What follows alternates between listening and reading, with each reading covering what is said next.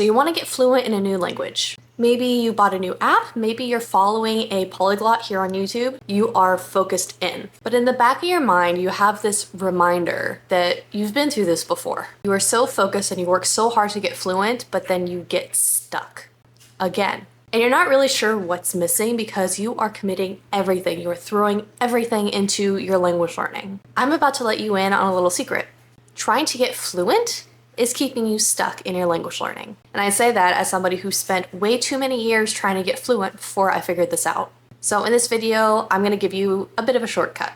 Now, first things first, what does fluent mean? We see it all over everything. Whenever we're learning about language learning, it's all about how you're getting fluent, how long it takes you to get fluent, the best ways to get fluent, free ways to get fluent. People love this word. But if you ask all those different people what it means to be fluent, all those people will have completely different answers. And the issue is that all of those people are right, because fluent doesn't actually mean anything. So it probably doesn't mean what it means to you. Does fluent mean you can speak with perfect grammar? Does it mean you don't have to really try to speak, it just comes out of your mouth? Does it mean you can understand perfectly? Does it mean you can watch foreign language movies without subtitles? Does it mean you can talk about everyday conversation? Or does it mean you can talk about high level, like PhD studied content? It can literally mean any one of those things. Fluency means everything and also nothing at the same time. So when we keep chasing fluency and we keep trying to get fluent, we don't actually know what it is that we're trying to reach. We don't actually know what our goal is. So if you spend a month trying to get fluent and then at the end of the month you say, am I fluent? No, I don't know. I guess not. But then you don't know the why behind it. You don't have any meaning behind it. So you just get frustrated and end up quitting because you don't have any direction to go. You just know that where you are isn't working. The fact of the matter is that it's not your fault that language learning and fluency feel impossible. The issue isn't you, the issue is that nobody's ever defined this goal for you. At the beginning of this video, I told you that this video is a shortcut for all the years that I spent chasing fluency before I figured out what I was doing wrong. Because believe you me, if there is something that you have tried to learn a language, to get fluent in that language, I had tried about 10 times over. I'm stubborn. So when I was trying to learn a language, I would brute force my way through language learning. At least I tried to brute force my way. I did everything from committing an hour a day to Duolingo to moving abroad and living in Europe to try to get fluent. Daily tutors, treating language classes as a full-time job, setting up language exchanges every single day, not allowing myself to watch English language TV, spending time with my native English-speaking friends who I felt were doing better in their Spanish than I was, and so theoretically their skills should brush off on me. But no matter how much time I spent, no matter how much I learned, no matter how many times I burned out, no matter how much money I spent, no matter how much time I spent, fluency was just kind of this feeling. And the only feeling it was negative because I knew that I was never going to get there. I was doing everything right, and yet I was never going to get there. And that was the problem. Because at the end of the day, my goal of fluency didn't necessarily mean anything specific. Fluency just meant confidence. And when you are researching how to learn a language online, in books, whatever it is, whenever you see the word fluent or fluency, I want you to think about it as confidence, feeling confident in your ability to use the language. Because at the end of the day, that's what it means. So when somebody can learn a few key phrases in a language and call themselves fluent, it's because they are confident in their ability to use a language and kind of brute force their way through it. So whenever I tried to speak in a language exchange, I never felt fluent because I never felt confident enough to call myself fluent. Whenever I forgot a word or messed up a conjugation, I felt like I wasn't fluent because I was really insecure. I wasn't confident enough in my ability to use the language. It didn't matter what my vocabulary was. It didn't matter how fluidly I was speaking because my idea of the word fluent wasn't actually like an objective fact based on like specific, like, oh, I know this vocabulary and I can have conversations about this. No, it was just, do I feel good about my language learning? And I had to learn that the answer would always be no. I would never feel confident in my language learning when I was chasing fluency. because I was chasing the end of my self-doubt. So how do you know if your language learning has an effective goal or if you're just chasing fluency and you're chasing your tail and you will never get there? Here's a couple things to think about. When fluency is the goal, everything else is failure. So for healthy, productive, meaningful language learning, you're gonna make mistakes. That's inevitable, and I want you to feel comfortable in making mistakes. Because in order to learn, we gotta make mistakes. We gotta do it wrong before we can figure out what right is. But when your goal is fluency, generally we take that as perfection.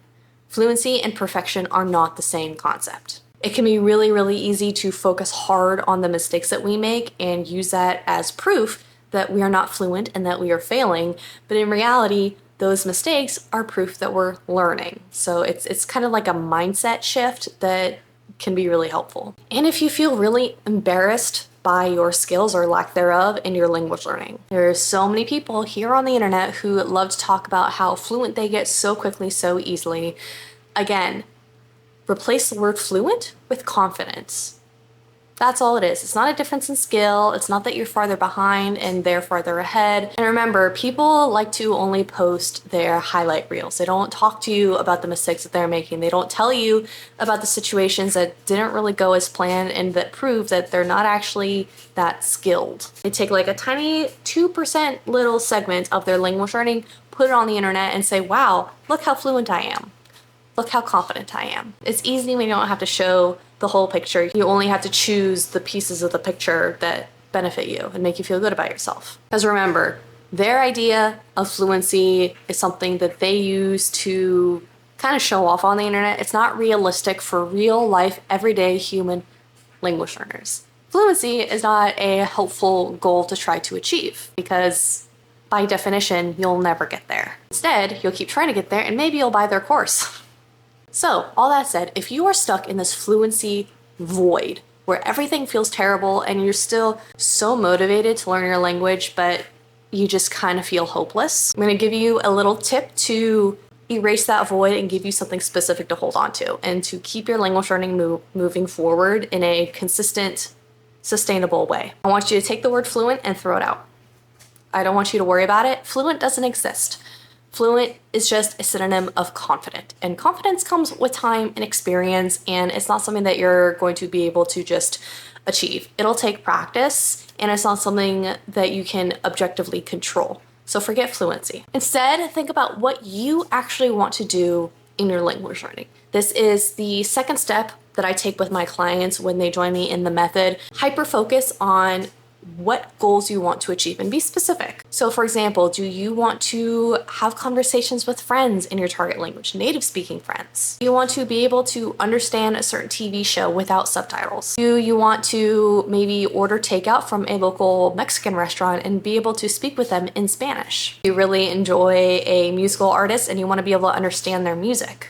Sing along to it, maybe go to one of their concerts and be able to fully enjoy the music. Think about what exactly it is that you want to achieve, because once you specify that, the journey there becomes so much more clear than I want to be more confident. Because when your goals are specific to you and personalized and will get you where you want to actually go and not where people say they want to go, you'll be able to see the progress that you're making. And when you can see yourself getting closer and closer to your language learning goals, that motivation will speak for itself. Not only that, but you'll actually enjoy the process of learning a language. It won't be painful, it won't be stressful, it won't be frustrating, it won't be a void of nothingness. You'll be able to see the path of learning a language and see yourself getting closer and closer to your personalized individual goal. Now, once you start shifting your mindset from the general idea of fluency to the specific personalized goal that you have for your language learning, you might come across a problem where you don't know which resources to use because all the language learning resources also tell you that they do basically the same thing. They teach you the language, and that doesn't mean anything. So you're left in the same problem again, right? Wrong. This exact problem is why I created my free language app search, link below in the description and the first comment. Using my free language app search is the first best way to start going through the language learning resources that will most benefit your personalized language learning journey. Instead of using some random app because it's popular or because you see it a lot, all you have to do is fill in a couple of key points of information like your target language, your goal, and your level, and it will populate with language learning resources that support those 3 details. You'll have a whole list of resources pop up. Go through that list of language learning resources, open up the blog posts and see screen recordings of me using those resources, learn about their pros, cons, and at the end of each blog post, I tell you which language learner could most benefit from this resource. And if you're not that language learner, here's another resource to try. I've basically done all the work for you. So instead of spending years and years and years trying all these random apps and not being sure which ones will work for you and which ones won't until you try them, I've tried them for you. Just answer 3 really simple, easy questions and you'll get much closer to your actual goal of learning a language than just fluency or a vague sense of confidence. Which, by the way, when you have a specific personalized goal like I help you find, that confidence just happens eventually. When you're not chasing confidence and constantly reminded of how unconfident you are, that confidence will just come naturally. You don't need a random explosion of confidence. What you need are the right tools for your language learning. So time to start focusing in on your own individual language learning strategy. And you can start by going to my free language app search. And remember, if you enjoyed this video, make sure to subscribe and hit the bell to be notified when I post a new one all about how to learn languages. Bye.